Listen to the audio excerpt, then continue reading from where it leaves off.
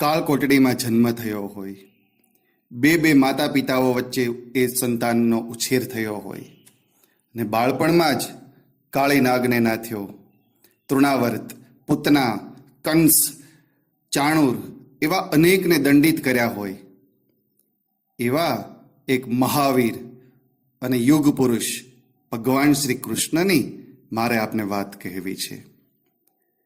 ભગવાને બાળપણમાં અનેક પરાક્રમો કરેલા, નિડર હતા, બહાદુર હતા. જેમ જેમ મોટા થયા તેમ અનેક મુશ્કેલીઓનો સામનો કરેલો, પણ ક્યારેય ડર્યા નહીં હો. દ્રૌપદીનો સ્વયંવર આવ્યો અને ભગવાન તો પાંડવોને ગમે ત્યારે મદદ કરવા તૈયાર. અહીંયા પણ અર્જુનને લક્ષ્યવેદ માટે પેલું ત્રાજવું સ્થિર રાખવામાં અદૃશ્ય રીતે મદદ કરી. સ્વયંવર જીતાયો. દ્રૌપદીને લઈને પાંડવો હસ્તિનાપુર પધાર્યા. યુધિષ્ઠિરે રાજસુ યજ્ઞ કરવા માટે પ્રસ્તાવ મૂક્યો ને શ્રી કૃષ્ણએ કહ્યું, પહેલા આ જરાસંઘની અડચણ દૂર કરો, ત્યાર પછી તમારો રાજસુ યજ્ઞ સફળ થશે. ને ભગવાન શ્રી કૃષ્ણ, અર્જુન અને ભીમ જરાસંઘના રાજ્યમાં આવે છે. યુક્તિ કરીને ભીમને ભગવાને શક્તિ અર્પણ કરી અને તેમની મદદથી જ જરાસંઘને રોળ્યો. હવે રાજસુ યજ્ઞનો પ્રારંભ થવાનો હતો. ભારત વર્ષના સૌ રાજાઓ એકત્ર થયા. ભીષ્મ પિતામહની આજ્ઞાથી યુધિષ્ઠિરે સૌ પ્રથમ ભગવાન શ્રી કૃષ્ણનું અર્ઘ્ય આપીને પૂજન કર્યું. અનેક રાજાઓ ક્રોધિત થયા અને ભગવાન શ્રી કૃષ્ણ તો એક ગોવાળિયો છે એવું કહી તેનું અપમાન કર્યું. શિશુપાલે અનેક ન કહેવાના વચનો કહ્યા. ભગવાને શિશુપાલનો વધ કર્યો. હવે રાજસુ યજ્ઞ પ્રારંભ થયો. દરરોજ લોકો ભોજન કરે, પણ મારા કૃષ્ણ દ્વારકાધીશ હોવા છતાં લોકો જમી લે પછી તેના થાળી પતરાવાળા ઉપાડી લેતા. આવા નિરાભિમાની હતા. અને આ તો સ્વચ્છતા અભિયાન ત્યારે પણ ચલાવેલું હતું.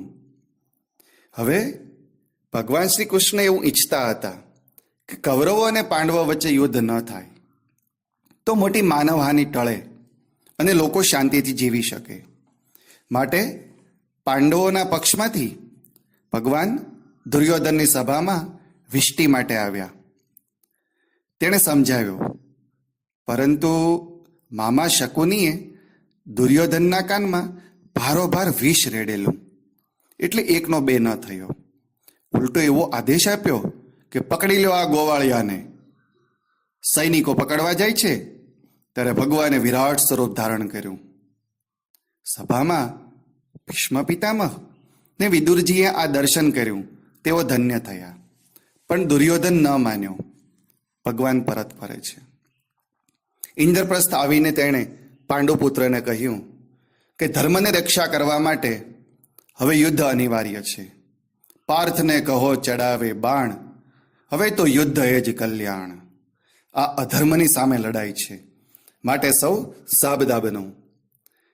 કુરુક્ષેત્રનું મેદાન, જેમાં બંને સેનાઓ સામ સામે ગોઠવાઈ ગઈ. દુર્યોધનના પક્ષે 11 ઔક્ષયણી સેના ને પાંડવોના પક્ષે 7 ઔક્ષયણી સેના. 1 ઔક્ષયણી સેના એટલે તમે જાણો છો, 2,18,000ની સંખ્યા, જેમાં માનવ, હાથી, રથ, ઘોડા આવું ઘણું બધું હોય. હવે ભગવાન અર્જુનના રથને લઈને સેનાની મધ્યમાં આવ્યા. અર્જુન વ્યાકુળ બને છે, ગાંડીવ સરી પડે છે, ગાત્રો ગળાઈ જાય છે અને કહે છે કે ભગવાન, કદાચ આ સર્વને હણીને હું વિજેતા બનીશ, પણ ત્યાર પછી આખી ધરતીનું રાજ્ય મારે ભોગવવાનું આવે અને મારા આ કોઈ સંબંધી જ ન હોય, તો એવા રાજ્યનું હું શું કરું? તેની આવી વીરતા, નિડરતા જોઈને ભગવાન છે સ્થગિત થઈ ગયા.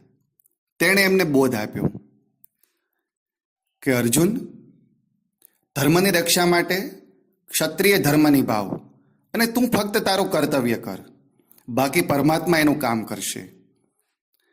અર્જુને ગાંડી ઉગામ્યું, વાસુદેવનો ઉપદેશ શિરોધાર્ય કર્યો અને યુદ્ધ થયું. અધર્મીઓ હણાયા, અનેક યોદ્ધાઓ છે ધ્વંસ થયા.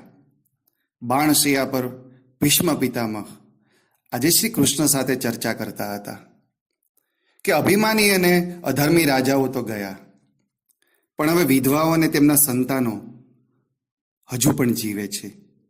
તેમના માટે તમે વિચાર્યું છે? આ રાજ્યની આર્થિક, વહીવટી, સામાજિક બધી જ કટોકટીઓ છે, તેનો ઉકેલ કેવી રીતે લાવશું? શું યુધિષ્ઠિરમાં આ સામર્થ્ય છે? આપણે જ એમને મદદ કરવાની છે. આ વિકરાળ રાક્ષસોને આપણે જ નાથવાના છે. હવે આજે તો લોકોના માનસમાં યુદ્ધ યુદ્ધ યુદ્ધ, મારો મારો, કાપો કાપો આવા જ અવાજો સતત પડઘાયા કરે છે અને રટણ કર્યા કરે છે. ભૂમિને તો પાણીને બદલે રક્તથી ભીની કરી દીધી. અન્ન અને જળ પણ લાલ થઈ ગયા. શું આ બધાના ઉકેલ છે આપણી પાસે? જ્યારે યુદ્ધ સમાપ્ત થયું ત્યારે ધૃતરાષ્ટ્રે ધરાઈ ધરાઈને શ્રી કૃષ્ણને વગોવ્યા અને ગાંધારીએ તો રીતસરનો શાપ જ આપી દીધો કે મારા કુળનું જેમ નિકંદન ગયું તેમ હે કૃષ્ણ, તારો કુળ પણ સર્વથા નાશ પામશે. ભગવાને એ પણ શિરોધાર્ય કર્યું. હવે ધૃતરાષ્ટ્રે પાંડવોને મળવા બોલાવ્યા. શ્રી કૃષ્ણ તેના આ ષડયંત્રથી વાકેફ હતા. તેમણે ભીમને ચેતવ્યો, પાંડવોને ચેતવ્યા. સૌ ગયા મળવા માટે. સૌપ્રથમ ભીમને આલિંગન કરવાની વાત કરી અને ભગવાને એક યુક્તિ કરી. તેમણે ભીમને બદલે ભીમની મૂર્તિને આલિંગન માટે આપી. અરે આ શું? ધૃતરાષ્ટ્રે બંને ભુજાઓથી પેલી લોખંડની મૂર્તિને કડડ ભૂસ કરતી તોડી નાખી અને સૌ અચંબિત થઈ ગયા. આમ ભગવાને ભીમની પણ રક્ષા કરી, એનો જીવ બચાવ્યો. હવે આ બાજુ એવું થયું કે અભિમન્યુ ને ઉત્તરાના પુત્ર પરીક્ષિતે જન્મ લીધો. તમને યાદ હશે કે અશ્વત્થામા અને અર્જુને સામસામા બ્રહ્માસ્ત્રો ચડાવ્યા. અર્જુને તો પોતાનું બ્રહ્માસ્ત્ર પરત ખેંચી લીધું, પરંતુ અશ્વત્થામા એ આ માટે તૈયાર ન હતો, કારણ કે તેને આ બ્રહ્માસ્ત્ર પરત લેવાની વિદ્યા આવડતી ન હતી. જોયું ને, જ્ઞાન હોય પણ સદમાર્ગે ન જાય તો કેવી પરિસ્થિતિ થાય? અવશ્ય હાનિ થાય. હવે એ અશ્વત્થામાનું બ્રહ્માસ્ત્ર તો એણે સંકલ્પ કરીને છોડ્યું હતું કે પાંડવોનો વિનાશ થાય, પરંતુ ભગવાને તેની રક્ષા કરી. ત્યારે બ્રહ્માસ્ત્ર ગયું ઉત્તરાના ગર્ભમાં, કે જ્યાં પરીક્ષિત રાજા છે એનું અવતરણ થવાનું હતું, એનું પાલન થતું હતું. શ્રી કૃષ્ણએ સુદર્શન ચક્ર મોકલીને ગર્ભ રક્ષા કરી. પરંતુ જ્યારે જન્મ થયો ત્યારે તો પરીક્ષિત રાજા પોતે બાળ અવસ્થામાં હતા અને એ પણ મૃત. આમ આ અવસ્થામાં ભગવાન શ્રી કૃષ્ણ પાસે સૌ આવે છે, તેમને વિનંતી કરે છે કે ભગવાન ગમે તે કરો પણ આ બાળકને સજીવન કરો. શ્રી કૃષ્ણ ભગવાન હાથમાં અંજલિ લે છે અને બધાની વચ્ચે કહે છે કે જો મેં ક્યારેય કોઈનું ખરાબ ન ઈચ્છ્યું હોય, મેં કોઈને નુકસાન ન કર્યું હોય, મેં બધા જ પ્રત્યે સંભાવ રાખ્યો હોય, તો આ બાળક સજીવન થાઓ. અને અંજલિ એના શરીર પર છાંટે છે. આ શું?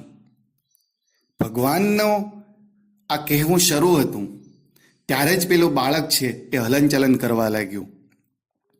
સૌ જોઈ રહ્યા કે આ એ જ શ્રી કૃષ્ણ, આટલું થયા છતાં નિર્લેપી, નિર્મોહી, ખરેખર આ જ યુગ પુરુષ કહેવાય. અને સૌ તેને વંદી રહ્યા. ભગવાન શ્રી કૃષ્ણનો સૌએ જયઘોષ કર્યો. જય શ્રી કૃષ્ણ.